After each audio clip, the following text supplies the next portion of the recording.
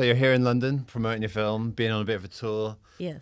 Tell us about Erzulie. What is Erzulie about, and what are you doing here in London? What's been going on recently? Sure. London was more of I need a freaking vacation, so I'm here. But I've just finished the U.S. part of the tour, which for Erzulie, the log line is 4 women who meet up with each other after 5 years of not seeing each other, and they go to a camp, Pont Laveau, and shenanigans happen. So that's kind of there's blood, there is maybe a killer mermaid, and we filmed it during the height of the pandemic. So Sounds juicy. it's juicy. It was one of the hardest things I've ever done in my life. And it's funny, before coming here, I was reflecting on it, writing my 2022 blog type thing and trying to figure out what the life lessons are going into 2023. So. And what can you share some of that? I guess my biggest thing was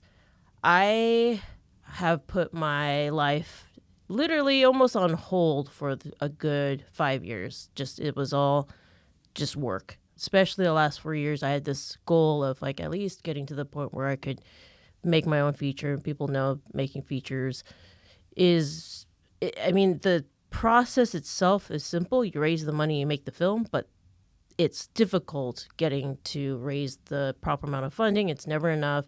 And then making the film and everything. And then I went on this 3 months crazy tour that started off with a team, then ended up being myself within 2 weeks, basically. And then I had to complete the tour, which lasted, 3 months by myself. So I think when I finished it, I thought that I would be, I don't know, like Nirvana or something super happy, And I think what I realized during that point was I was exhausted. I was burnt out. And I realized that, okay, great, I reached this big milestone, but if I am in it for the long run, I can't put me and my life on hold for a part of my life. Does that make sense? So after so many years of grind, assistant directing, producing. So after 5 years directing, producing, assistant directing, just been in the industry so much, what kind of prompted you okay, now it's time to make a film?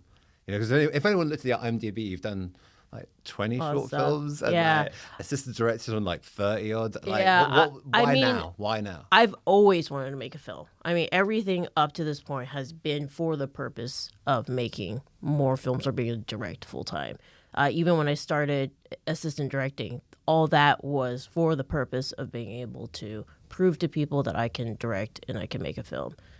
So I would say that assistant directing was always a means to that. It's just I ended up being very good at it. And so when you're very good at it, people want to keep you in that position. And it's the golden shackles. It's not corporate, but to me, I call that my day job. Your version of corporate. Yeah, it's my corporate day job. So, and it's weird because 10 years ago, I would have killed to be here in this position, being I'm too much work for as an AD, type thing. I'm in the industry, but everything up to this point has been so that I can make films. And so that's why I started off every single job I did saving up $3,000 and then make a short film. Make another short film type thing.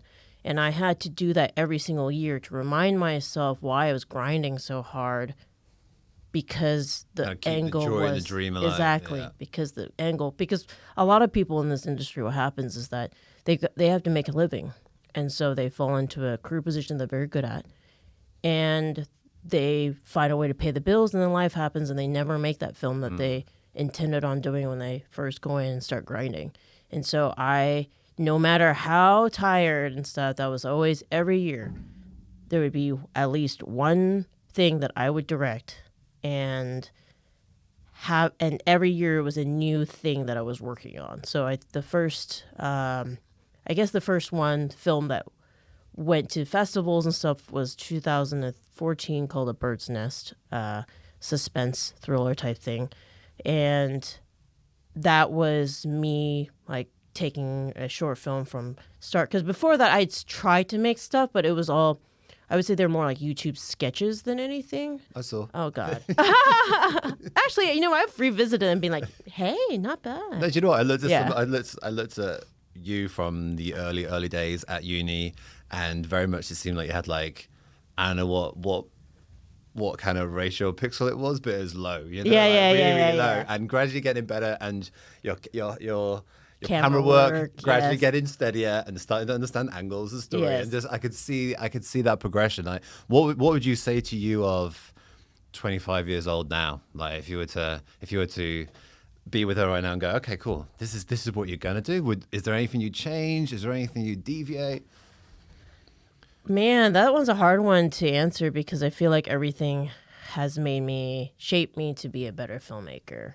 I would love to say, oh, I wish I didn't have to take as many AD jobs and I just kept directing and stuff. But that's also, that's the way I was able to survive financially. So I had to take those to do more of that. But maybe if I had, I don't know, been able to partner up with people who were producers in an earlier stage, just say I'm a director and believe in that earlier, maybe I would be closer to being able to work for full time as a director, and instead, because I definitely spent a good 2 years where it was bouncing from set to set to set as an AD. You don't have time when you're doing that to create, to write, to anything really.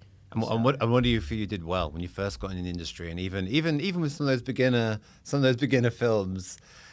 You look back now and you're like, actually, that I did that. I didn't know. I was following my gut, call it divine orchestration, destiny, whatever. Like, you look back and go, actually, the path I took in a certain way was really, really, even like your attitude on the set as like a PA. Like, looking back now, what can you see and go, actually, that got me to where I am.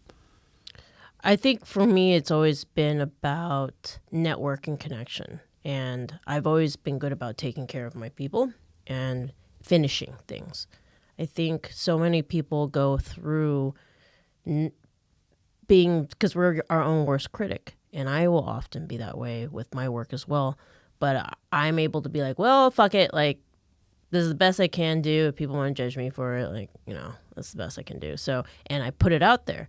A lot of people don't. They get tired of it, they don't finish it, and then nobody ever sees it for the light of day, And I think because I have a great track record at finishing everything. It's not perfect whatsoever, but it's finished and it's out there. I think people trust me that when they give me their time and their resources, that it will be a finished product at the end. And I think that's what's gotten me through a lot of stuff. And then I think a lot about producing is understanding psychology and understanding that sometimes people don't money is not the end all be all. You have to understand like what it is, add value first before asking for value. I always say that all the time. So I always ask, okay, like with a new person who's coming who says they want to help out, I like to ask them first, like, well, what do you want to do, like in your career? What can I do to help you further that along? Oh, I've always wanted to be an editor. Great.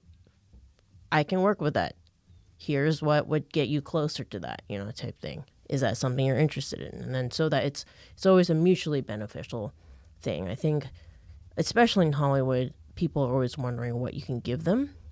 And so if you can go the other way and approach it being like, what can I give to you to add value? People are more open to you make yourself more memorable and people are more willing to help you out and everything. And I think I've been very lucky to be able to collect great people because of that, because they know that I'm not there trying to milk them for what they're worth. I'm there because I mutually care about where they are going career wise, and I do care that they're a long time relationship. It's not like I use and abuse, type thing. And there's a lot of people in this industry that are like that. So Yeah, I get that. I get that. I love that. And looking back at some of your short films, I was looking back at some of your short films, and I wasn't able to watch some of them. Sometimes hard to find Yeah. short films, but some of the premises, like prisoners, inmates who then find Shakespeare, and Yeah. some really really cool topics. Are there any of your short films you look back at and go, actually, do you know what? In the future, when I'm more well known, I'm going to go back and make that into a full feature film. And if so, which would be kind of the top of that list? Totally. So, yeah, my heart is the one that had seen the most success. It's a fan favorite, and I had written it as a parallel to my parents who are immigrants. They were not refugees, but a lot of their little stories that they've told me, I've kind of hidden it in different contexts within the script. And I think that one would make a lot of people have been pushing me, especially with this was a while ago, but during the Trump era, when the Muslim ban happened, people were like, you got to make this into a feature, all this other stuff. I was burnt out from doing the short and then taking that on tour and stuff like that, that I put it, an artist, you have to go with what you feel because it's a commitment. And so that I might take up and maybe expand it a bit more. I mean, most of my shorts, really, if I create them with the intention that they could be a bigger story, for sure.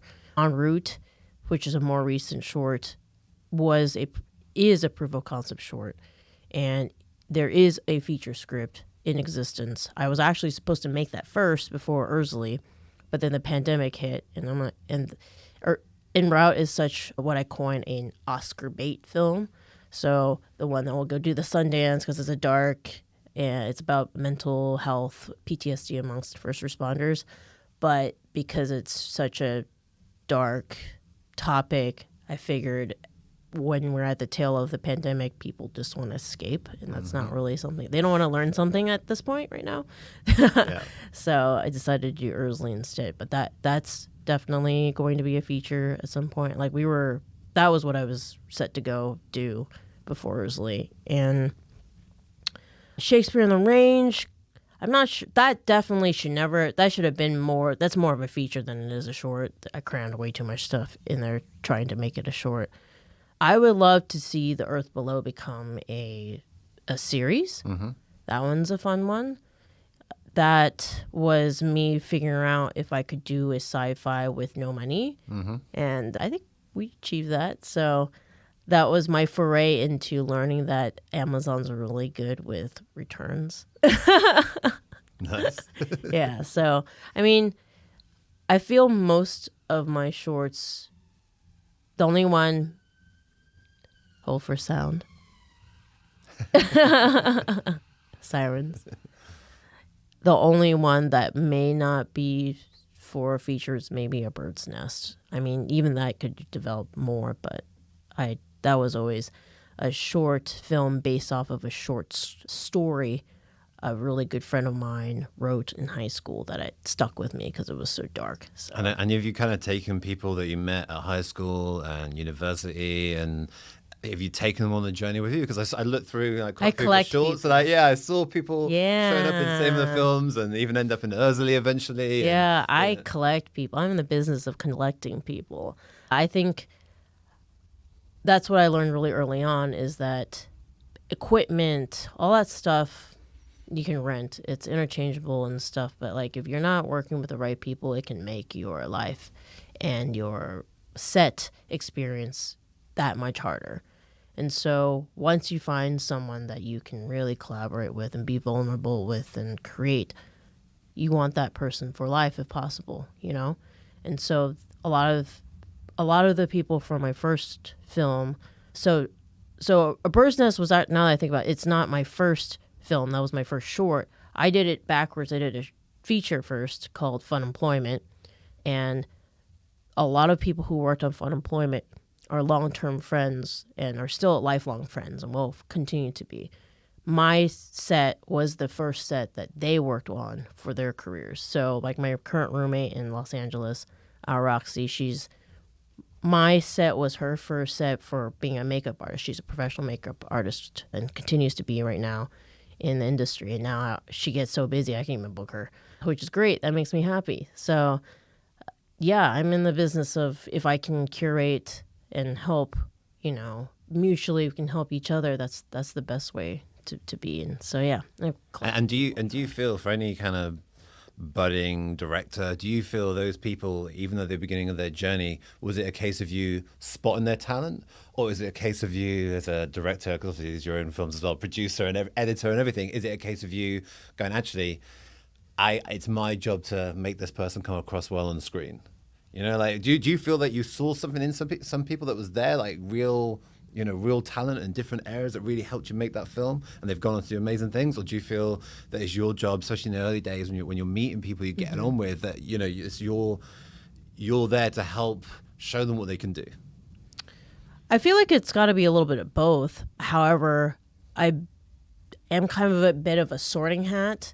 I think with different departments, if you've worked with them a lot, and I've had been very lucky to have been crew, and I work with crew a lot, that I can pinpoint, oh, you might be good at this, or I call it usually, and usually it happens. But I don't think I've also, I can suggest that, but I don't want that to be a limiting factor. If you want to be a DP and you think that that's the way you go, even though I see you as this, like, my opinion is not an all be all type thing. I understand that. So I think I can spot what I think people are good at. And then if they are open to going in that direction, I will figure out how I can help them with that.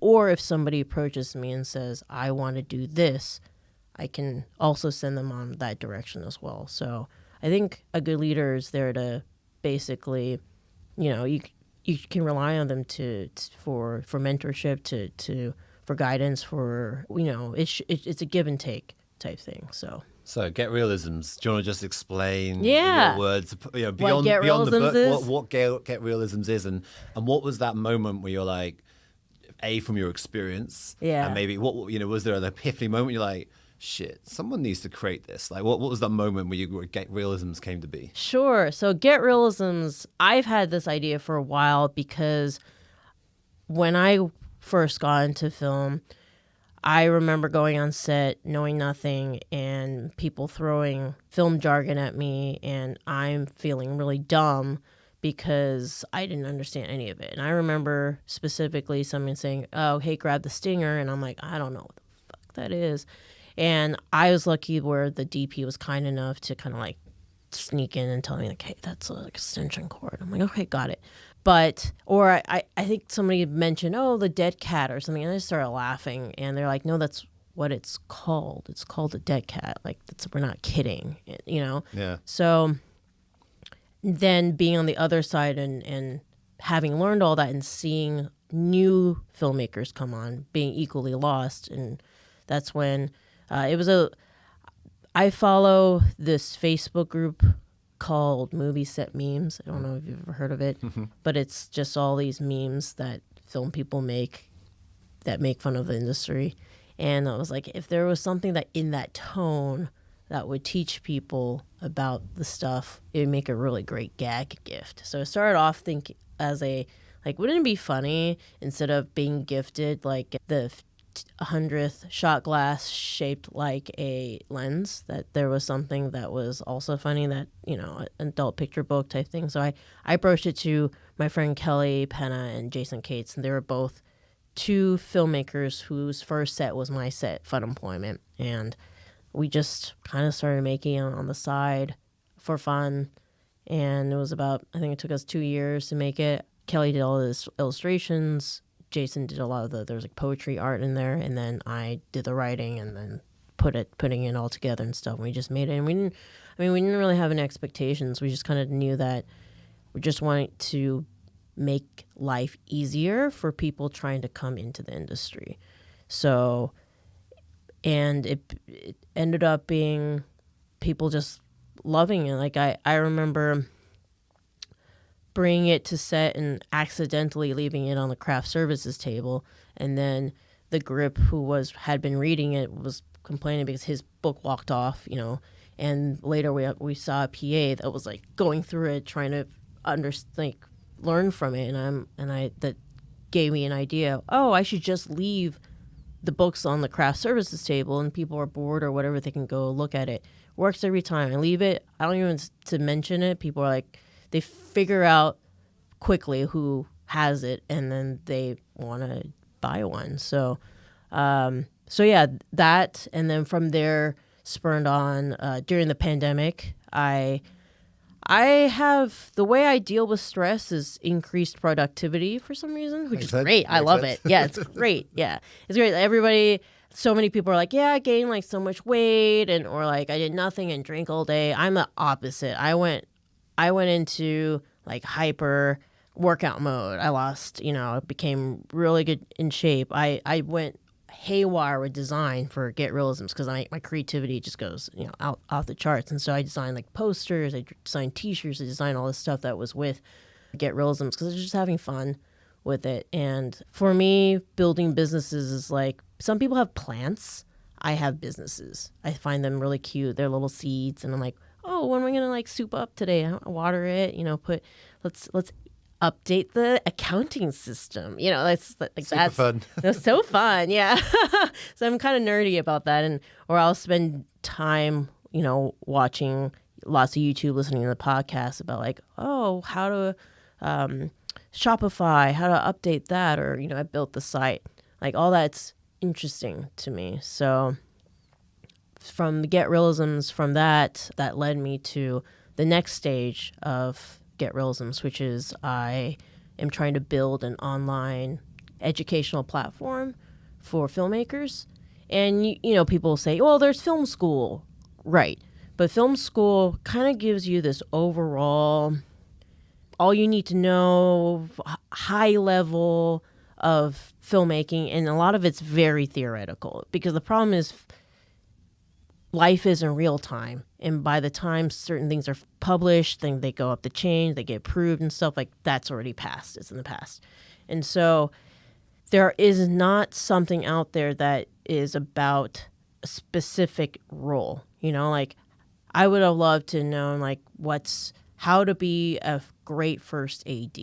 If you go and find that, there's like not any, you can't just learn that. Nobody tells you, hey, if you're interested in being a DGA first AD, you should be starting to collect your pay stubs, your call sheets, your production reports, your all these things.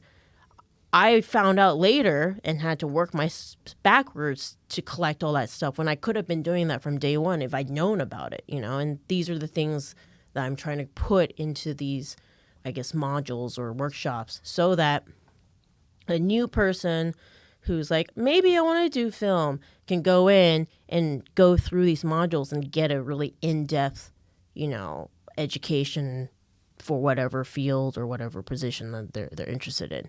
And if any kind of newbie listening, watching this, or someone who's starting off, or even maybe they've been in the industry for a while, and like, they want to improve. I'm not where I want to be. Exactly. Like, let's give us like worst case scenario. Like, what do you see in people when they haven't got this information? Like, what happens? What goes wrong?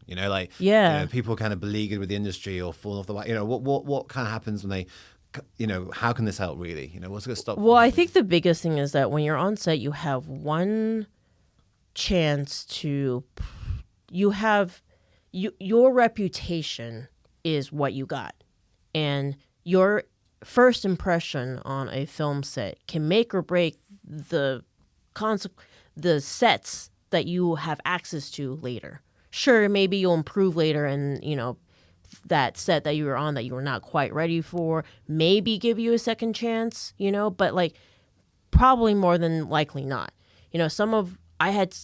Was lucky to get on some big sets when I probably was not as experienced as they probably wanted me to be.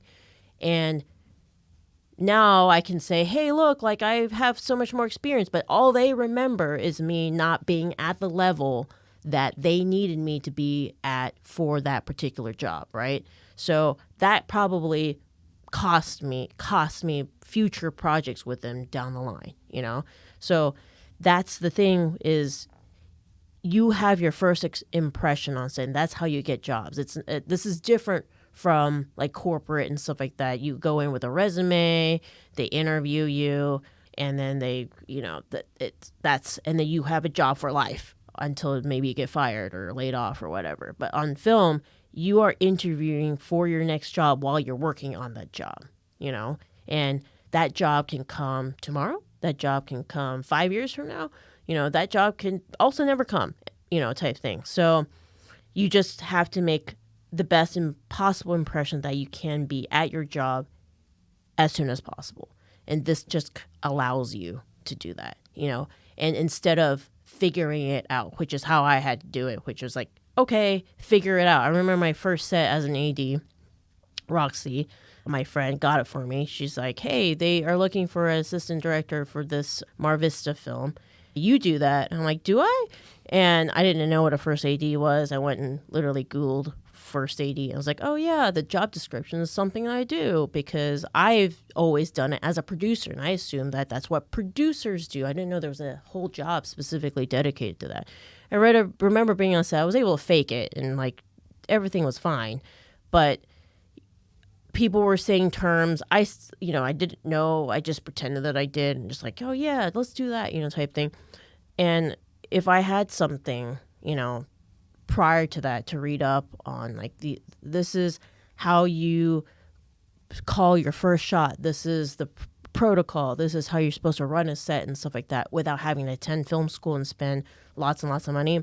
I think that would have been very helpful. And where can someone get it? What's the best, fastest place of finding it? Well, getreelisms.com nice. is where it will be. I now own Get Reelisms Academy is also where it will as well. It was supposed to come out in 2022 at the end of the year, but good old London, I got my bag stolen, which had the key, the drive, and it had all this content that I'd filmed and edited. So it'll be a little bit later, but it is coming out at some point, and there will be like a beta soft open, so severely discounted so I can get feedback. So I would love for people to test it out and see if it's something that they would like. It's like, just think master class, but for whatever field. Yeah, nice. Yeah. So how are you looking at that? The fact that you lost that data, are you looking at it like that must have happened for a reason? Maybe want to go back to it. And do you believe in some kind of path, some kind of destiny, some kind of divine orchestration? When you I do. I feel like everything, cliche as it is, I do believe that everything happens for a reason. So if my bag wasn't stolen, I would not now currently own a bag that says London all over it. That's what everyone wants. What's that every filmmaker wants to succeed in life, right? I feel like maybe was a way for whatever to say, like, hey, just enjoy where you are, stop working, and actually take a vacation. That might be I hear that. It too. Yeah. You will create something better because you have actually, rested your brain, So I always like to think the positives of everything. And what do you feel has made you like that? Like, if you look at your life, are there certain experiences, like maybe in your childhood or even in there's something that sculpted you, that you had moments where you made a certain decision and you've chosen to live your life like that? Or has it always been something inside you? I think there's been something inside of me. However, with more experience, I've seen it in action too, which has compounded my belief that that's what it is. When you've been in this career for so long, you're going to get fired at some point. And I remember being fired from jobs and being like, sweet, I'm glad I got fired. Like, I got something better after this. And this happened several times.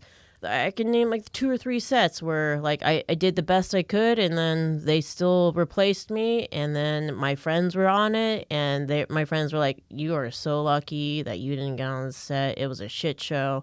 And I'm like, oh, really? Because I got a higher paying gig, and like it's great, and everything's running smoothly, and people are nice to me. I'm just happier. And so that's happened so many times that I just kind of believe in, let's just go with the flow. Go with the flow. And what do you feel people can do if because I don't know about you, I've been a lot of, especially actors, but even directors and everyone involved in the film industry. And of course, there's a lot of reason for it. It's hard work, and there's a huge entrance fee of time and effort and money. But you meet a lot of people who are beat down. They're beat down, and they're giving up on their dreams. Like, what would be your advice on that, like, way of looking at this industry, looking at your dreams, whether it's making a film, being in a film, whatever it might be? Like, what would be your advice, and what would be your encouragement with that? I think it is. I mean, I've gotten to that point. Sometimes it's after the tour. That was what I was writing this morning. The blog was being absolutely burnt out and tired and questioning, like, am I fit to do this? And I think every artist reaches this point, even within the process. You'll write something, you'll write a script, and you're like, this is the most awful piece of shit I've ever written. And you just have to take a step back. That can be a day, that can be a month, that can be a year. Whatever you need, sometimes you have to take a step back so that you're able to have a new perspective, and it's like a brand new way of, seeing something. I mean, I've written something or this happens to me all the time when I'm editing. I'll edit something, I'm like, this is a piece of shit. And I'll go to sleep and I'll wake up and I'll watch it again. I'll be like, oh my God, I'm a genius. This is so good. Yeah, and it was simply because I just needed to go to bed, and then just shut it off. And then, and I think that's how it is. It's amazing when you're super tired how much I your ego know can come how, up, right? So, yeah, literally, it's night and day. I've been like, this is a piece of shit. Like, I'm a worthless piece of shit. And I go to sleep. I wake up, I'm like, oh my God, I'm a genius. But no, like, you just need to take a step back. And so for me, coming to London was a big one. First it was Burning Man, then it was coming to London.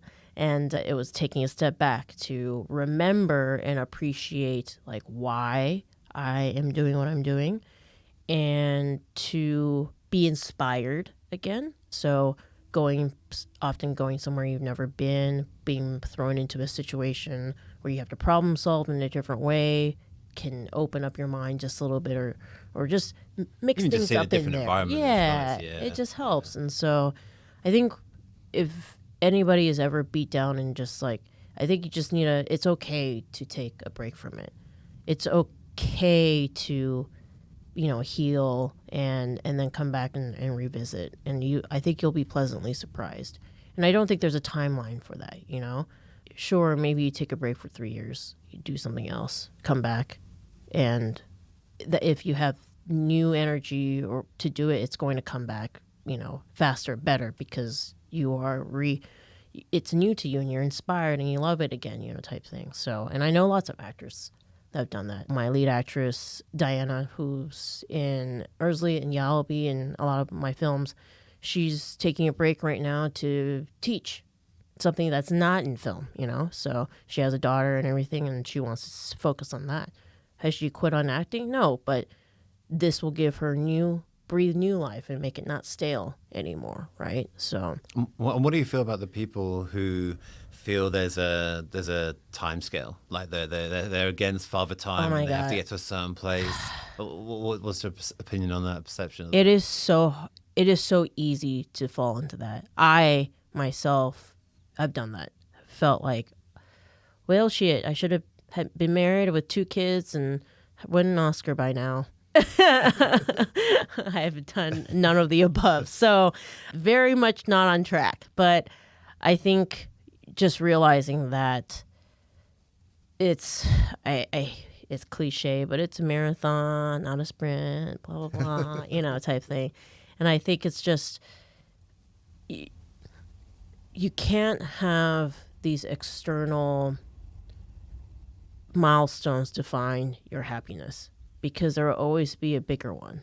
And I think that's the biggest thing I learned after the Erzulie tour, being so burnt out and sick and tired and questioning everything. When I said, okay, I did that, I wasn't happy, and now I'm just going to focus on things that make me happy. And going to travel, going to, what is that? It's a plane? Train. Oh, train. Yeah. Going to start dating, I hadn't dated in like 4 years, and I'm like, okay, I'm going to do that. And it's been so nice and eye-opening, and just know that being in a better mental place yields better quality work. So if you need to logically rationalize why you need time, that's the best way to put it. I'm one of those people. I think the way that was brought up, fun wasn't really in the definition of what it means to be a successful human being at all. And I didn't really have fun. And I realized, and also therapy is great. Therapy always helps. Therapy always works. Going in and realizing, oh, like I have this thing inside of me telling me that, that almost I had to request permission to feel like I was allowed to have fun. And now I am realizing, hey, fun can help you be in a better place to create better, and whatnot. If you're able to think of it that way, maybe it will give you permission to take time off and step away and be refreshed again. But was that just was that kind of one layer of, okay, growing up, that wasn't the way of doing things? Or was it, okay, actually, I've lived my life a certain way. Can I actually allow myself to have fun when I look at my parents and they're in a certain place? Was there like many different dynamics with that? Even like other people in the industry that were like, kill to be where you are? Or was it just like really simple? No, I just need to give myself permission. I know I need. I think it's a whole mix of things. I think this industry is highly competitive.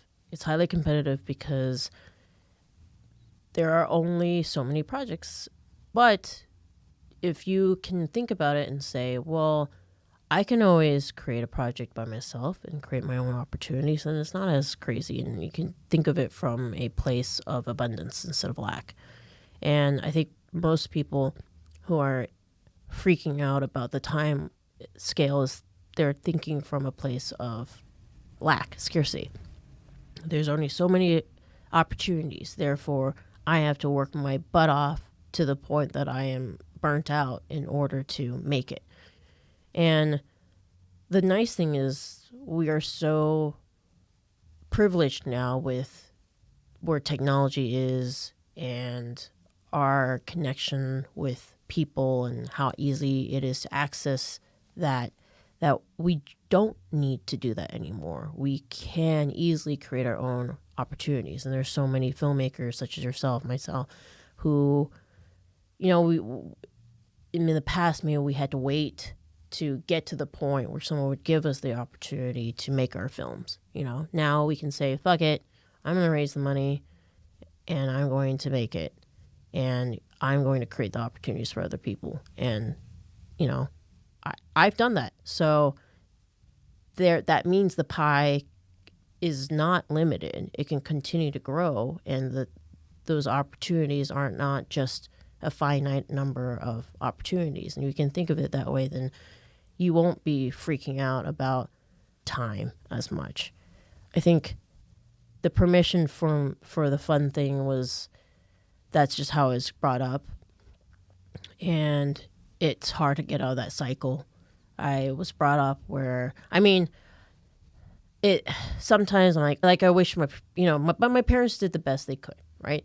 And I'm a super overachiever because of it. And I've found lots of success because of it. So I'd rather that I grew up with that mentality because I am successful because of it.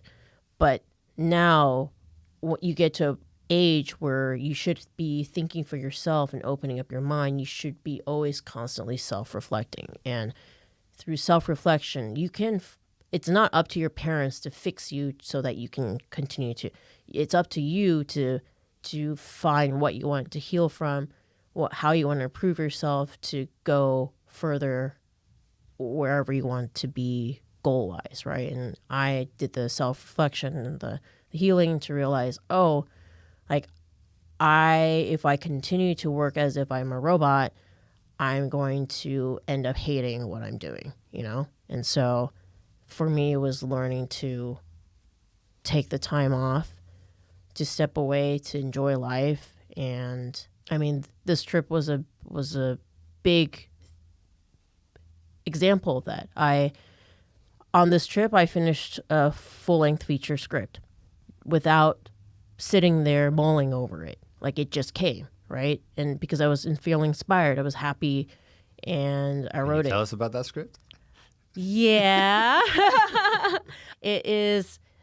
It's funny because it mimics reality, obviously, and so it's about a woman who's been working like a workaholic, and she hasn't done anything fun in a while, and her friend is like, "Hey, go to London, date, and meet people, and like have fun for once," basically. And so she goes to London during a few days before Christmas, and the whole thing is supposed to make you feel like it's going to be the holiday or something, where the traditional of like, oh, and then she finds somebody and falls in love and they live happily ever after. But the twist is she falls in love with herself. And yes, she meets lots of other guys that are great and everything, but she realizes who she needs to fall in love with first is herself. And that's what she does. And then cliffhanger, maybe there might be somebody, but yeah. So, and then also pushing the boundaries of, I've noticed in Hollywood there are many films of men being players, and that's okay. But if a woman is with more than one person, they're immediately labeled a slut, type thing. And I try to normalize that it can go both ways, And so in this, she's, meeting different people and everything, and you're not supposed to feel that this is something dirty. This is her trying to learn about herself. But if you think of it like in Sex and the City, you've seen it, right? Yeah, same thing, yeah. Samantha exactly. is portrayed basically as a slut just because she likes sleeping with a lot of people. But like, there are so many movies out there where the guy is the player, and that's cool, and then suddenly he falls for the one, and then like it's all good. It's all good. And that's like accepted social norm. But why isn't that for women, right? And so I just think that there just needs to be a film that's like, hey, like it's okay if women go out and date lots of people and find who they like and stuff like that. That doesn't make us slutty. That just makes us picky.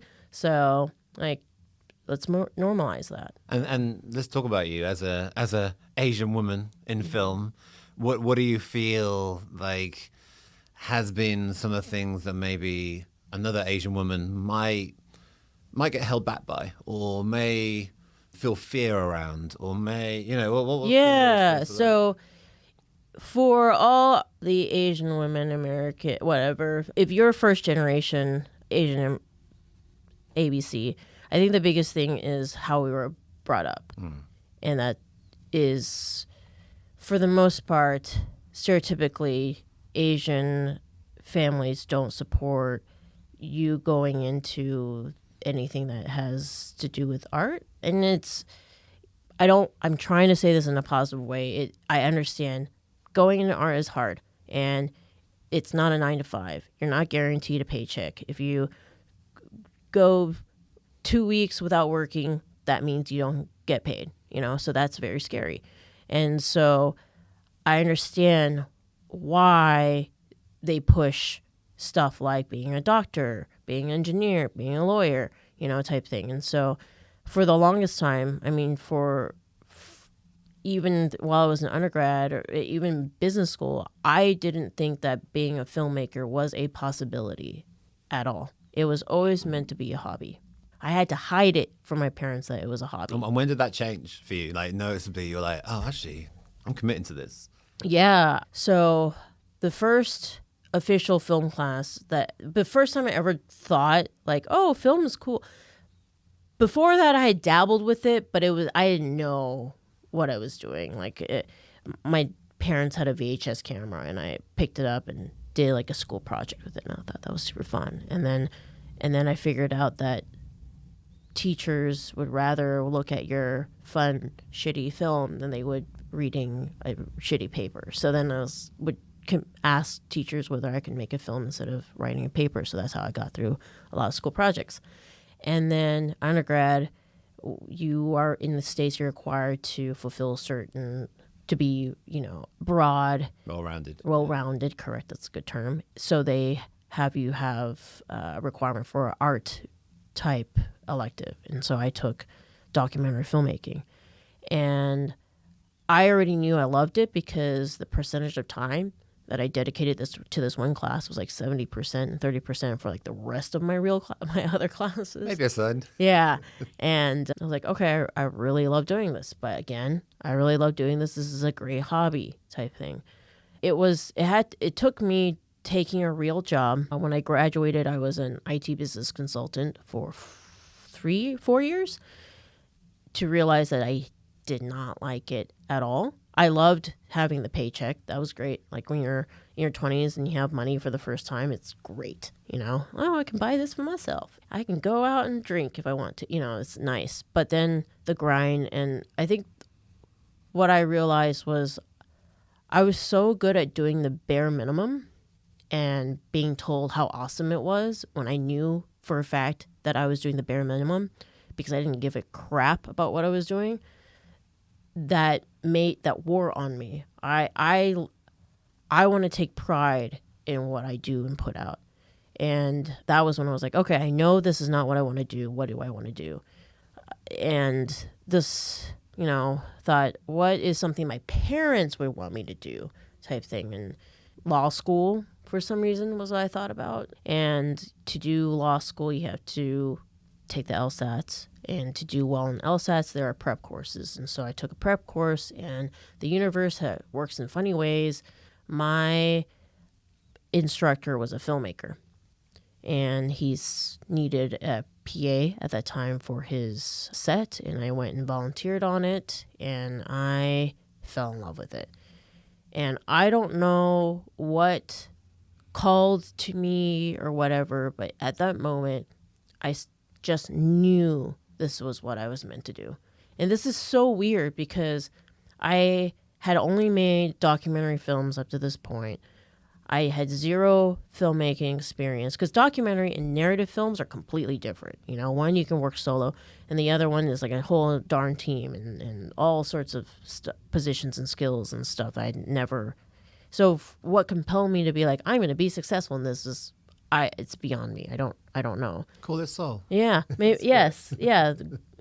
Spiritually, something called to me. So I made a commitment personally, internally, being like, this is what I was meant to do. I just got to figure it out.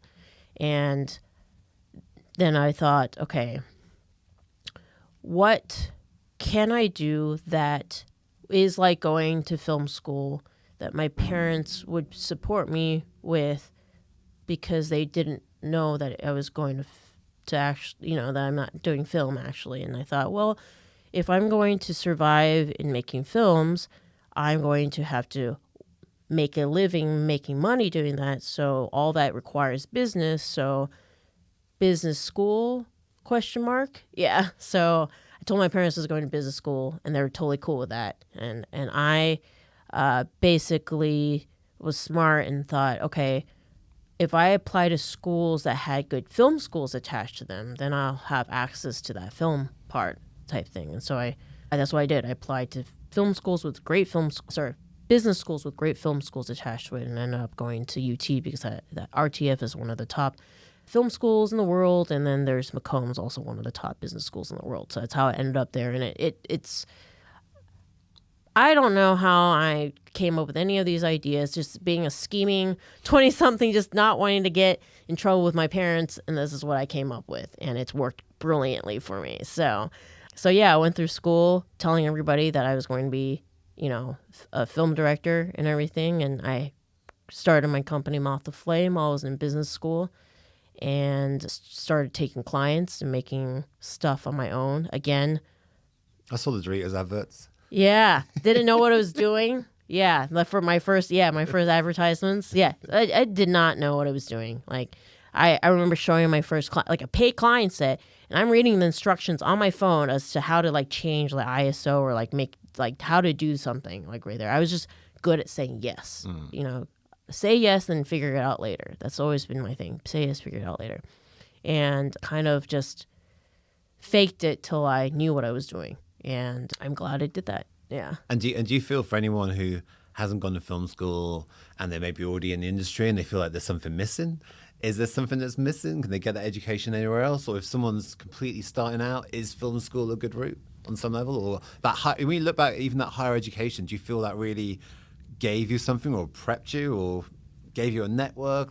Yeah, so I've had this debate with multiple people because I have friends that have gone to film school. For me, I knew that I am so obsessed with learning about film that I don't need structure, or because I will discipline myself beyond anybody else to learn how to be better at my craft. Now, will I do that for accounting? Hell no. Will I learn to make a pitch deck? Hell no. So that's why I chose to go to business school, and that worked great for me. And I had a network, and I had a different network from all the film. I also credit that to why I've been able to get funding. You know, I know how to make a pitch deck. I know how to talk business talk, and I have a network of business friends that I can go pitch to instead of a bunch of artists. You know, no offense to artists, I'm one too, but that's how I judged whether or not film school was right for me or, not. But I have friends who, I've talked to, and they're like, I need that built-in structure. I need that, or I would rather just sit on the couch and, play video games, because I know myself and that's how I am, and I need that structure, and it worked for them. And I know the benefit is that, especially in Los Angeles, your network will grow, is such a powerful tool. And so I've been on sets where I was the only person that didn't come from AFI, American Film Institute. I was the only person who didn't graduate from USC, because people hire their friends, people hire the people that they can trust, and it oftentimes is their friends. And so that's the positive part of going to film school, is that you are paying for that network. You are paying for access to their equipment closet and stuff. Now, it's not required, Obviously, I was able to figure it out and make my own connections, and I have my own network now because of that. I figured out how to get the equipment by raising money and everything, and I think for me, I believe in all these are what works for me, and not like a generalization for everybody else. But for me, what I learned is that because I was never put into a constraint of this is how you make a movie, I feel like I'm able to problem solve in a bigger space, like a more flexible space. I've AD'd a lot of directors who cannot think beyond a problem if it's not a textbook. Does that make sense? Because I guess the metaphor I'd use would be I'm a trained concert pianist, right? But I don't think I could be in the mindset of playing jazz, because jazz is improv. But I was trained by, give me any sheet music and I can play it, like guaranteed. But if you were to be like, all right, let's start, jamming, I would be frozen because I haven't utilized that way of thinking because I'm so by the book. So I kind of feel like that's how it is if you go to films. If I were to go to film school, I would be so by the book that I wouldn't be able to step out of it and think about something in a different way. So, no, I love that. I love what Christopher Nolan said as well. He said that, a lot of people go to film school, but actually go into higher education. Like you said, you get the network, you get a different viewpoint, and go to a higher education. Like he went to do literature because he was like, I want to get better at really understanding literature. I know I want to make films. I know I'm making films. That bit's done. I'm upset, like you're saying. I'm obsessed. That bit's covered. So I love that idea, looking at what it is you're missing and what it is you need. Yeah. Rather than film school versus just get on lots and lots of sets like most people look at it. Yeah. So I'm obsessed with filmmaking. So. And not recently, quite a while ago, you went to LA. You've moved to LA, although you haven't had a lot of time to be there. Not a lot of time. Yeah, you've been touring and promoting your film. Like, what prompted that? Like, if you were in Texas before. Like, yes. Tell us a bit about where you were living and what it was like being in Texas compared to being in LA film scene Yeah. wise? So most of my career has been in the South. Austin, Texas was my main base. Then it became Shreveport, Louisiana was my base as well. The South has been really good for me. And I think it was a great place to build and practice my craft because there's less red tape, especially if you're in small towns in Louisiana and stuff. The thought of making a movie hasn't lost its novelty. So if you're trying to get a short film made, you won't hit, barriers all the way through, right? You can break some rules, that you typically can't break in Los Angeles. People are more open, be like, y'all making a movie? That's so awesome. Like, you can use my coffee shop for free. You're not going to get that in Los Angeles. Yeah. They're like, yeah, 50 other films asked me to film here. So how much, this is $5,000 a day. Can you pay that? So that's the part that I love about this, where I started, was it was a good playground for me to make stuff. And now that I have a good repertoire, a good portfolio, I can go to a place like LA, slide my resume, and people can see that I know my shit and done lots of stuff, and immediately I'll get an interview, right? I wasn't competing with a sea of people who are all there trying to make it. I immediately am above most people because of how many projects I've been able to do easily in a place like the South, Austin, Texas, and whatnot. But the reason why I love Austin, love it. I miss my friends very much.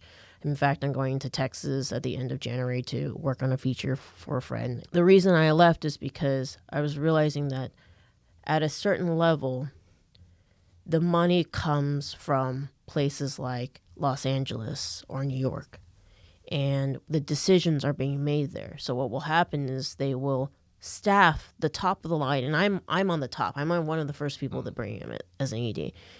They'll bring their person that they've worked with and trust from Los Angeles, fly them over to Austin, Texas, and then staff other positions and stuff. So I wasn't even in consideration at all, just because of where I lived. And also, this is old school mentality, but it happens.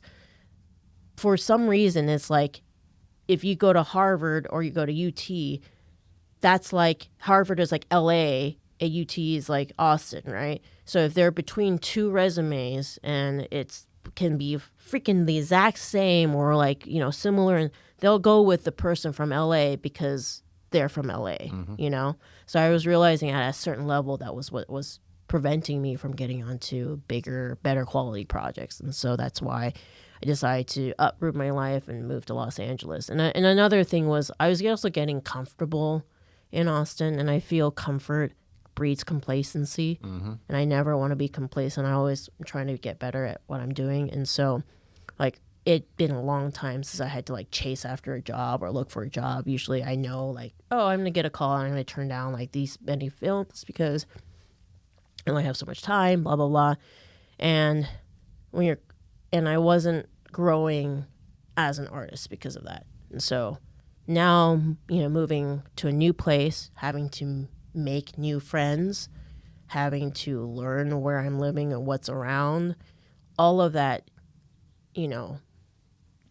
like it shakes up causes your some brain. growth, whether you like it or not. That's the you throw you're sink or swim, and when you're forced to do that, that's when like I think magic happens, right? And so when I'm having a hard time, I remind myself that I did this to myself. You made this choice. I did this to myself. I'm sad and lonely right now because I don't know who I'm supposed to hang out with, but I did this to myself. Yes, I remind myself that, and I'm like, all right, what is it telling me to do? So that's why I went to Los Angeles. And what's next in your kind of vision? You've done Erzulie, you've done your first feature film. Let's talk a bit about that. With this being your first feature film, was it important for you just to like, okay, I've done my first feature film, and that in itself has a certain branding of me, and it gives me a certain experience, and it gives me growth, and it gives me a certain confidence? And is it now you're straight away, okay, now I'm going on to this next one? Or like what's kind of next for you in your vision? Like, do you see the next couple of years being very different to the last 5 years? Yeah, I think the biggest thing is now I am hoping, and I'm manifesting this, that I don't have to do everything by myself anymore. Now I can just let go and hope that, somebody is going to see the value of my work and want to produce for me. I don't have to, like, producing and directing your feature by yourself is, I had other producers as well, but like the majority of all of the money I raised myself, and leading up to that, because I didn't want to waste other people's time because I didn't have money to pay them for that time. I did a lot of the line producing myself as well.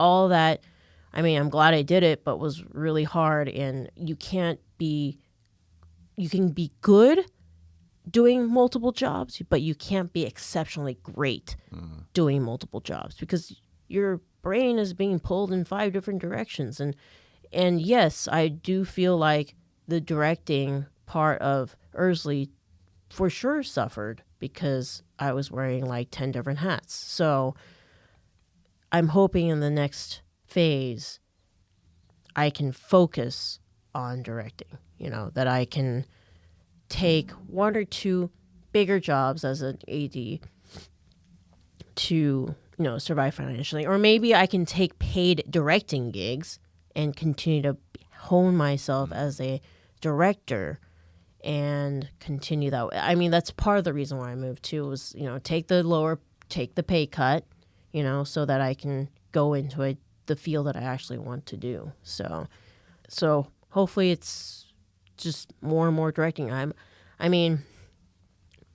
This is the growth though. Like prior to when I moved to Austin and didn't know what I was doing, it was like, okay, I have Moth the Flame. I was doing a lot of corporate work. I was doing weddings, shooting corporate things, and my time was 70% that, 30% creative film.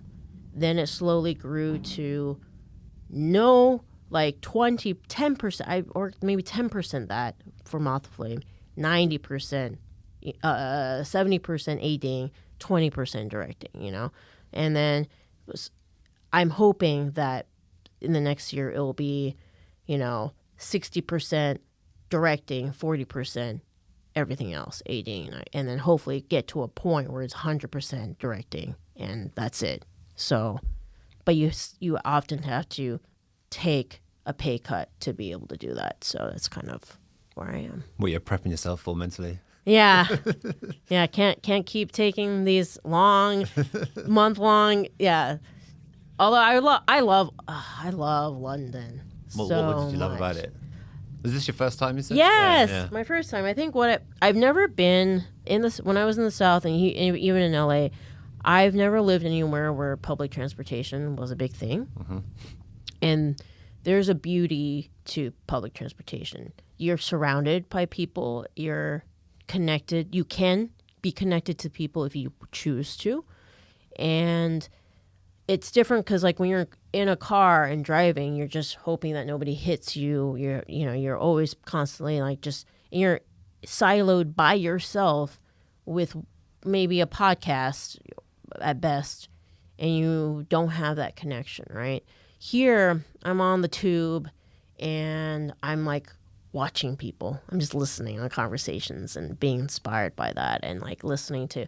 So I love British accents. It's like a weird thing of mine, but I'm just sitting there and be like, mind the gap. And I'm like, oh, that's so cute. Yeah. So I'm just listening on all these, and everything's interesting because like, I'm listening to the mom talking to her children, type thing, and stop it. It's just so fun. And I'm just being inspired by that. And then on New Year's Day, I was coming back from Printworks, which is awesome venue. And I think had still the internal DJ going on in my head. So I'm like vibing and really happy and smiling at everybody. And this like much older gentleman, like 70s or whatever, said, "Hey, it's really nice to see someone smile on the tube." And we just had a fantastic conversation the whole time. And the next day we're having lunch. Like, you don't get that when you're driving, You're just like, please don't hit me. Like, I'm stuck in traffic. I'm just angry, like I hadn't had that experience, and so just you feel connected, and then you have to walk a lot. So it's these in between moments where you have time to think, and yeah, you can think when you're on a long drive and it's straight, and it's like, Texas to LA. There's a big section where it's just like, and it's going straight. So I'm in my head a lot thinking and writing, but it's different when there's people and I don't know, things to see. And like, I think with London, there's just a richer history, and with a much older history, there's a different kind of respect for it. So it's everywhere. You get off of Victoria. What was it? I just remember getting off of Westminster, and just like Elizabeth Tower, like and then everything, and it's just like it's so. I just feel like I don't know. It's so pretty and beautiful, and I'm just inspired by it, and I don't know. And it's everywhere. I love architecture, and so there's so many times when I'm like walking from one location to another station, I'll just stop and be like just staring at some pretty building and wondering like what the story is and what's it made out of, and just things like that. That's what I love about London, and everybody has been very friendly and everything. And I think London people I feel like they're more open, or I don't know, maybe more shameless about it. I don't know. Every time I'm not sure it's because you're American, so maybe that's what it is. I'm a peacock here. here. Your voice. Yeah. I'm a unicorn here, so it's great. Everyone I meet is super friendly, super Yeah. nice. Everyone's like, "Where have you been?" I'm like, "LA." But I think maybe that's it. It's like we're a unicorn in a different spot. Yeah. And so plus when you're seeing everything starry eyes, you're kind of attracting, a different kind of. Yeah. So like, I don't know. I spark conversations everywhere in London. Yeah. And in LA, I'm just like one in many, and so that's been the fun part in London, I think. If you were to put your life into a 3-act scene, what would those titles be of those 3 different acts? Oh, well, I mean, the first one is like, I feel like right now I'm at the starting off the I'm close to the climax, right? I'm reaching the climax. So the first act would be figuring out myself, I think. And then the second act at midpoint would be like, all right, fell in love with myself, and then now like going to try to get to that climax, I think. I don't know where the what do you hope it is? What do you hope the final act is? The final act. In my ideal world, I would love to get to a place where what story I come up with, I can write and create, and a team. I know that it's a possibility that it will happen. I don't have to fight to prove anything.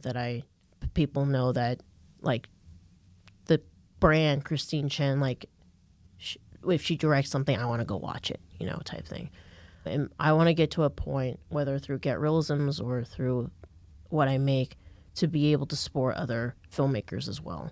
So one cool thing that I tell my team for Get Reelisms, team being Kelly and Jason, I mean, like, hey, it'd be cool if we get to a point where we sell so many copies that like we can just self-fund our own films, and then whatever we generate from that, we can like start picking people that we feel we believe in and like support their journeys and stuff like that, and just get to that point where I can gift that opportunity to other people as well and give back and stuff. That'd be cool. And it'd be nice if I want to spend half a year in London, I can, and work there. And it'd be nice, not just London, go somewhere else, type thing. I think the world is such a beautiful place, and I think there's so much to see. And I think the more I travel, the more perspective I'm getting, and the more it adds to the depth and the layers of my work as well. So I want it to be able to do that. The world is my playground, Awesome. Love it. So everyone listening, get over to Get Reelisms. Check it out. Google Erzulie as well. Erzuli. Yes. So check out Erzulie as well. Do you want to get a little synopsis again of Erzulie, what it's about, to let everyone? Oh, killer swamp mermaid. Feminist killer swamp mermaid film. Yeah. Feminist killer swamp mermaid. Yeah, it's been awesome to have you, Christine. And if you want to just share one last kind of message of encouragement for you, just talking about those people coming to get Reelisms and being able to support them. If there's any budding filmmaker out there who maybe in future, can come to get Reelisms, or maybe you're going to connect with, what would that be? I mean, I feel like create your own opportunities. That's my biggest thing. Don't wait for anybody. I remember South by Southwest, the Duplass brothers were talking. They said the cavalry is not coming. Like, there's not somebody there to come and save you and show you the way and be like, here's $5 million to make your film. Like, if you're going to wait, it's never going to come. So create your own opportunities. And in the process of creating your own opportunities, remember who was there when you started and who supported, and make sure that you have their back and that you are also helping other people create their opportunities as well. And if you can go through that mindset and go each day knowing that you've done your best, and that best doesn't have to be because I produced a certain result. It can be because I had a great day today, because I took time to, give myself a good day and foster me. That's great too. So, but just carpe diem, seize the day, create your own opportunities, and know that other people will be inspired by that too and get on that train as well. So, Amen to that. Amen to Thanks that. for being on the show, Christine. Thank you.